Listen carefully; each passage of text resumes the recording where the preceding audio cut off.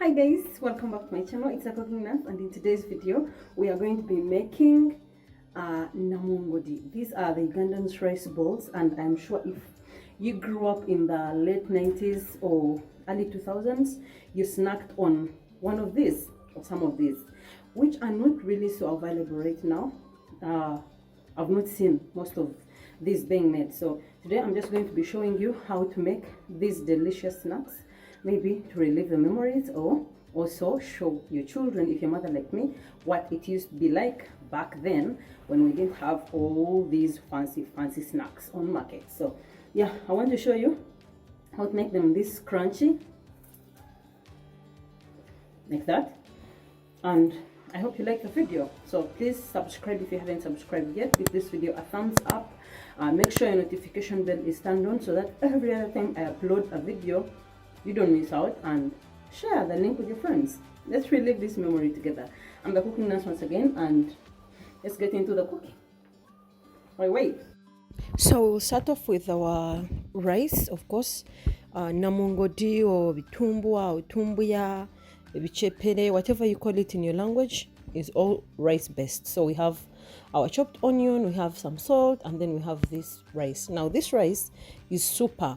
In Uganda, it's the one that has kawowo. It has natural flavor with it, and it's so starchy. So then we have our water also, and then we are going to put this rice on fire without adding oil. Okay, so we just put the rice on the pan, adding water depending on how much rice you put in. You know how to cook rice by now.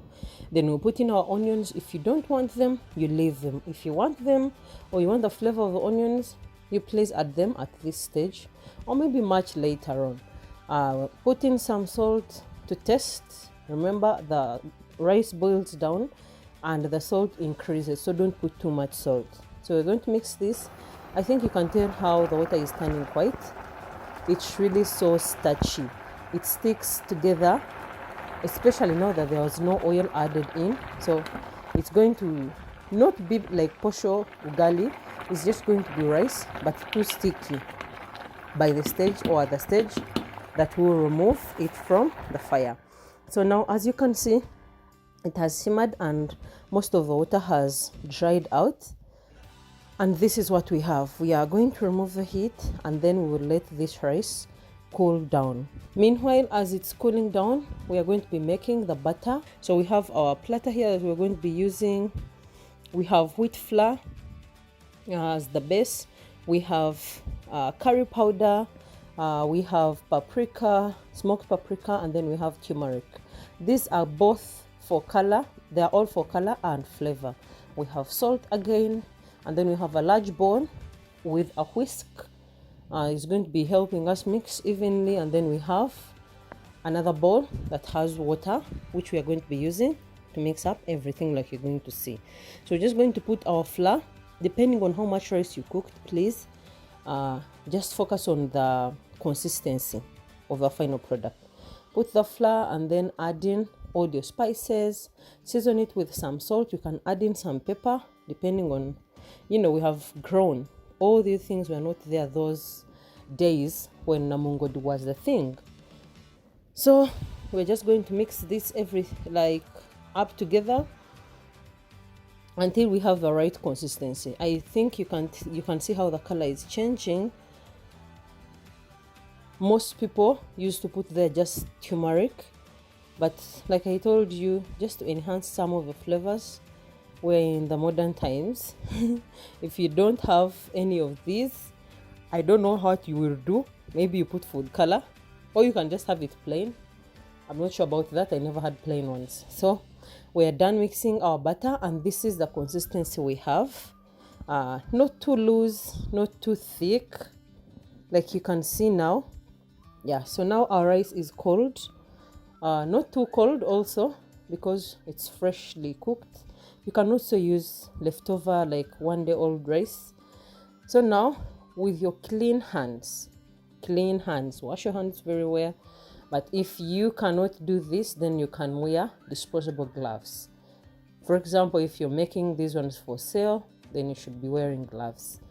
So We are going to roll this rice into small balls and then assemble them aside, just like that, into small balls. You can make bigger balls, you can make any shape that you want, but me, I'm doing the regular shape. Then also, guys, you can add in more things in your rice. You can, for example, put in vegetables, carrots, peas, cheese, anything that you want, meat, sausages, anything. Yeah. So, but this is the original rice balls that we had when we were little. So now we're just going to get our balls, put them into our butter, coat them, and then put them in hot cooking oil, just like that. So simple, right? You just have to have your seasonings in the right measurements, and there you have your namungodi. Now, if you're keen enough, you can tell that these ones that are coated once are a bit light. You can still see the rice inside. So what I do is I fry them once they are almost done. Instead of serving them like that, loosely coated, I just recoat them and then refry. So this thickens up the coating. They become more crusty, more crunchy, and super delicious. So as you can see, now instead of throwing away the butter, I've just recoated some of my rice balls and I've put them back into the cooking oil, and they are almost done. I double coated all of them. You can also do that, or you can just single coat or triple coat, whatever you feel like. Yeah, so here we are with our rice balls, the Ugandan made rice balls, the ones we had in late 90s, early 2000s. Those who were in primary school, you remember this. So yeah, I hope you enjoyed the video, and I hope you make this for your children who are born in 2015 and above. This is our namungodi, our tumbuya, vitumbua, whatever you call it, and I'm just going to call it a day from here. I hope to see you soon in my next video, and I kindly request you to subscribe if you haven't subscribed yet. I need to hit 2K in why, like, I'm turning 27 next month on 21st, so give me that gift. Thank you. Give the video a thumbs up, share it with your friends, leave me a comment. Did you ever try these snacks when you're in primary school? Let me know. Bye.